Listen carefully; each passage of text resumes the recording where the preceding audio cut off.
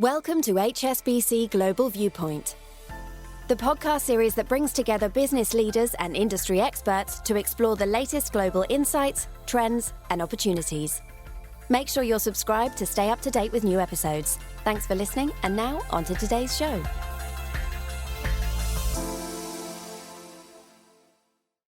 This edition of the Macro Brief was recorded for release on the 9th of February 2023. All the disclosures and disclaimers must be viewed on the link attached to your media player. Hello and welcome everybody to the Macro Brief, our weekly spotlight on the latest insight and ideas hot off the digital press from the team here at HSBC Global Research. I'm Piers Butler in London, and I'm joined by our managing editor in New York, Aileen Van Dyne. Aileen, welcome. Thanks, Piers. This week we're focusing on the connections between the slowdown in the US economy, the reopening of China, and relative weakness in international trade. Plus, can the lion roar again? We're looking at scenarios for a happier, wealthier United Kingdom and the outlook for the British pound, even amid some rather gloomy economic indicators. And finally, it is now snowing in the Alps after a rocky start to the European ski season. We take a longer view of climate change and its impact on mountain ecosystems. Two substantial reports tied to China, the United States, and global trade this week from Janet Henry, our global chief economist, and her colleague James Pomeroy on the 2023 Global Trade Outlook. Janet joins us from London. Piers, over to you. Janet, welcome. Thank you, Piers. A pleasure to be here. So, Janet, whether we are in a quote-unquote official recession or not, the reality is the US economy is slowing, and that in turn is having an impact on imports and therefore global trade. Can we start with that? Yes, there's a lot of discussion about whether the US is heading for a recession or indeed already in one. And over the last year, we have seen various parts of the economy go through periods of contraction. The housing market story has led to some kind of residential construction recession. And now the latest data, although we've had really strong labour market releases, is consistent with the beginning of an industrial recession. Goods demand has been weakening for well over a year now. It's, in volume terms, been flatlining. And so the rest of the world is starting to feel it. No single country accounts for a larger share of global trade than the US. But there is a global weakening underway as well. So even some of those Asian economies that performed very well on exports early on in 2022 have seen their exports decelerate sharply towards the end of the year. And give us a sense of how soft trade has been since the start of the year, albeit with some pockets of strength. Yes, there have been some relative areas of resilience, I would call it. So, I mentioned some of those Asian economies. China, actually, first half of the year was pretty strong on the export front. But by the end of the year, we were seeing most of Asia see quite a marked deceleration because the global electronic cycle has been turning down. A lot of that has been related to the weakening in consumer goods. As economies reopen, inevitably, they've been spending more on services. So when you look at a lot of the trade data, it does look like relative to Asia, actually parts of Europe and Brazil and other parts of Latin America had been a little bit more resilient. But I think we do need to be careful. Actually, a lot of this is nominal. What we saw at the end of the year in volume terms was that pretty much every economy in the world was seeing a significant softening in the final months of the year. I thought that was a really interesting point in your report, that actually, because of inflation, the real weakness in the trade numbers is somewhat concealed. Yes, it does, because trade data is reported quite often just in annual terms, where it's very much flattered. And you can see it in the US consumer spending data. Since the middle of 2021, volume of US consumers spending on goods has basically been zero, but in nominal terms, it's up over 8.5%. So, yeah, inflation still making its presence felt in all of the metrics that we tend to focus on. So the big question, Janet, is whether China's reopening that we're all talking about is going to be able to offset this weakness in global trade.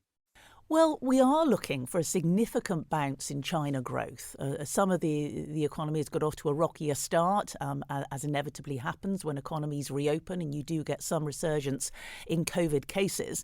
But as the year progresses and from the second quarter onwards, we are looking for a bounce in activity. And we're looking for growth to rebound above 5% in the course of the year.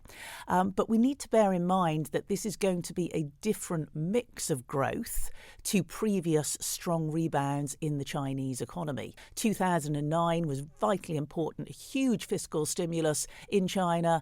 You need to remember that this followed the global financial crisis. We saw fiscal spending across the board, a massive surge in infrastructure spending, broad-based demand for commodities around the world, and strong demand for capital goods from the likes of Germany. And it really was a case that the China rebound floated all boats.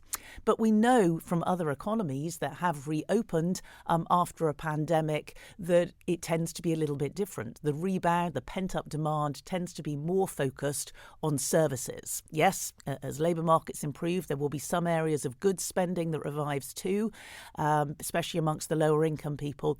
But more of the rebound will be driven by consumer services. So in terms of how the rest of the world feels that, it will be to a large extent through tourism. So economies like Thailand automatically move to the top of the list as potential beneficiaries from an improvement in China demand. And then the other part of the Chinese economy that's going to be rebounding or certainly improving is the property sector. We've had a deep property recession over the last year, but a raft of measures to support property demand will be feeding through into property construction. That will support certain areas of commodities like metals prices, for instance, and iron ore prices have already risen in anticipation. But some of the other areas of the economy that were actually pretty solid in 2022, so manufacturing investment and infrastructure investment, if anything, they are likely to slow a little bit. So a very different mix of countries and regions that will be the biggest beneficiaries from this China rebound than was the case in 2009 or indeed in 2015, 2016. Janet, alongside your report, our colleague James Pomeroy also published a report looking at the long-term drivers of global trade and asked the question of whether trade will remain a boost to global economic growth or whether global trade's at risk of becoming a headwind. What's he exploring there? Well, when people talk about headwinds to global trade, they are often thinking about globalization, or should I say deglobalization related issues. And in my report and in James's report, we both discuss this whole concept of trade diversion rather than trade destruction. Because in my report, I looked at changes in trade shares, what you've seen in terms of imports from the US over the course of the last 5 years.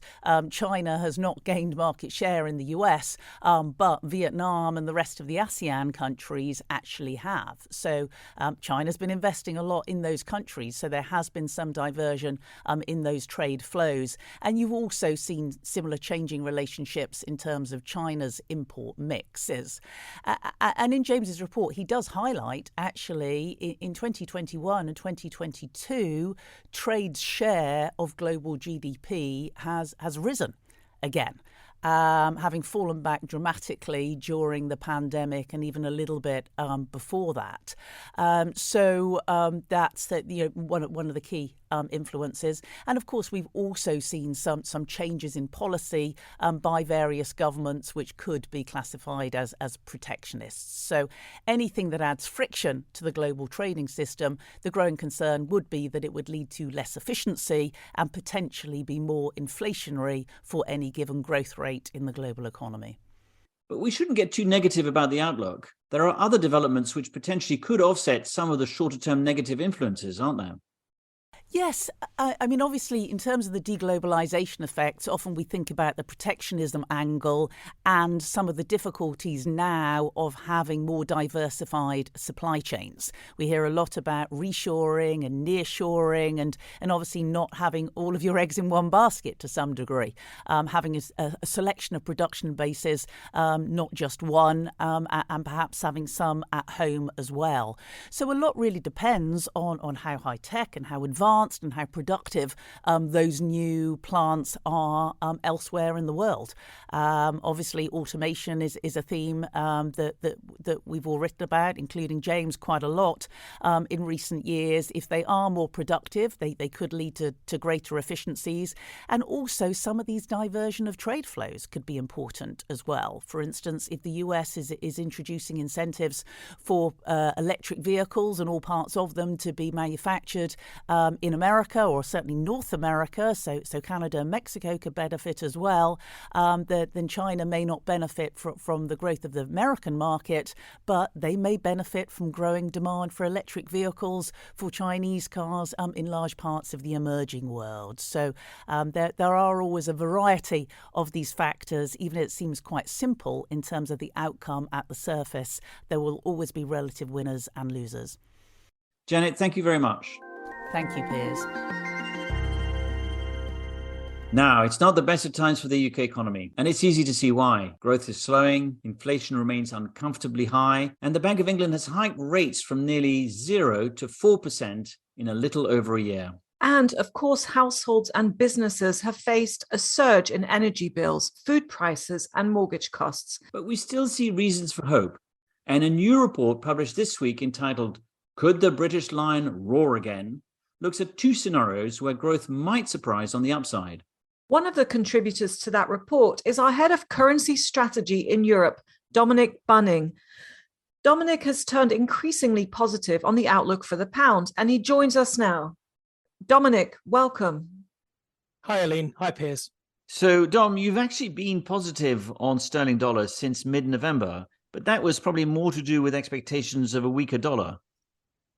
Yeah, absolutely, Piers. So, back in November, we were seeing the signs that the things that had driven the dollar stronger for most of the previous 18 months, weakness in global growth, weakness in risk appetite, and higher US rates, those things were starting to turn, and that was going to undermine the support for the dollar, which had gotten to quite overvalued levels. So that was really behind our thinking as to why we were going to start to see that dollar weakness come through and why we would start to see sterling benefit. Sterling is very much driven by external factors foremost. So as we see that increase in risk appetite around the world, as we see that improvement potentially in global growth dynamics, those things we think should start to benefit sterling a bit more and should start to weigh on the dollar through the months ahead. So turning to these potentially positive scenarios, you think firstly that local factors could come into play, such as the stabilization of external balances. Can you expand on that? Yeah, absolutely. Look, the UK's suffered for a long time from a big current account deficit. But what we've seen in the last 6 months or so is actually that the trade deficit has started to narrow again.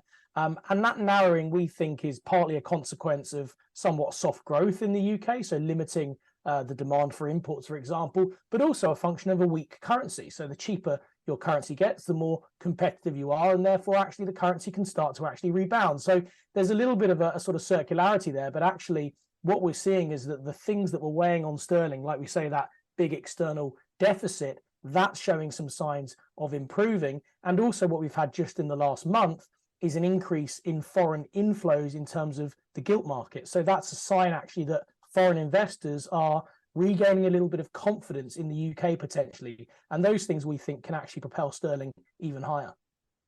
And also, interestingly, you think that on the inflation front, we could see some positive surprises.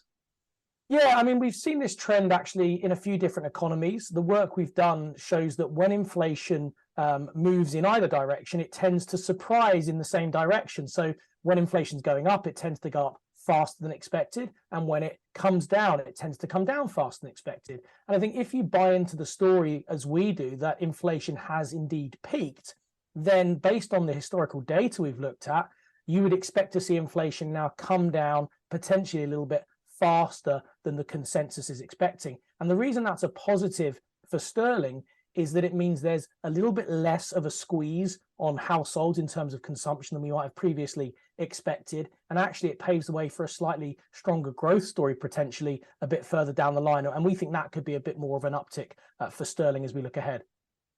Well, let's hope those scenarios play themselves out. But before I let you go, can you give us a quick update on the euro?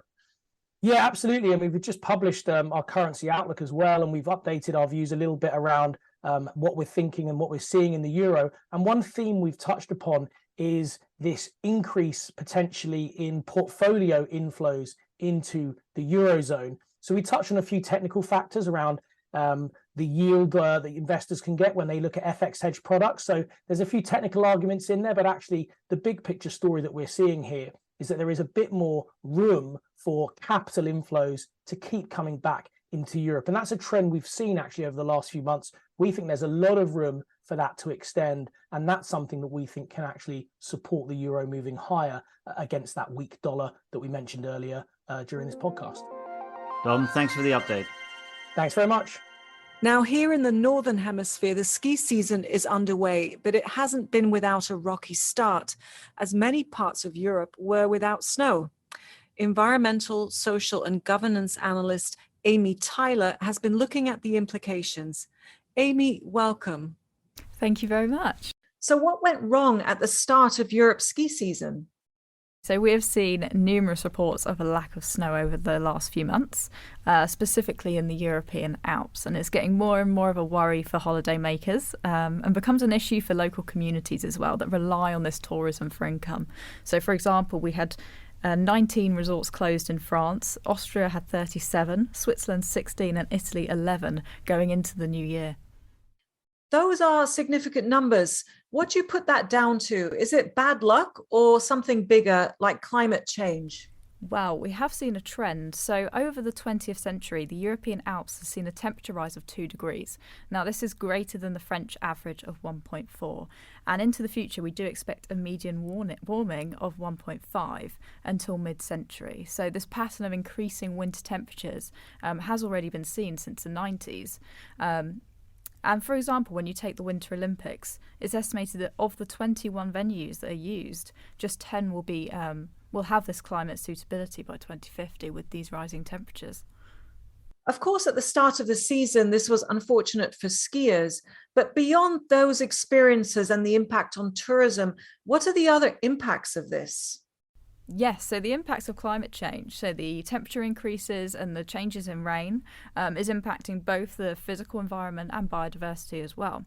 So some of these impacts include reduced snow cover, glacier retreat, soil drying, and increased risk of natural disasters as well. So additionally, we are seeing some social impacts, water scarcity, health risks, and migration as well. And this is not just in the European Alps, this is across many mountain regions.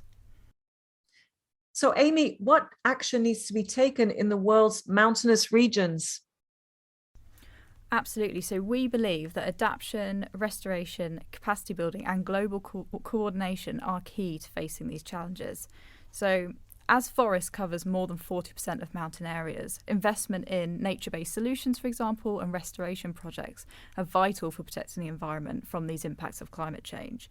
So raising knowledge and awareness as well of the issues is key to sustainable mountain development, and the transboundary nature of mountain regions really warrants coordination on policy and actions, as well as sharing information amongst organisations, governments and researchers as well.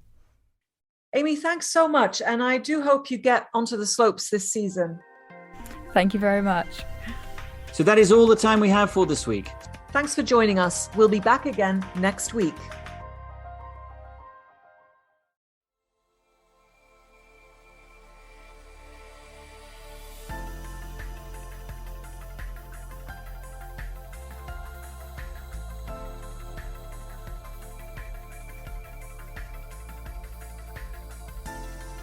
Thank you for joining us at HSBC Global Viewpoint.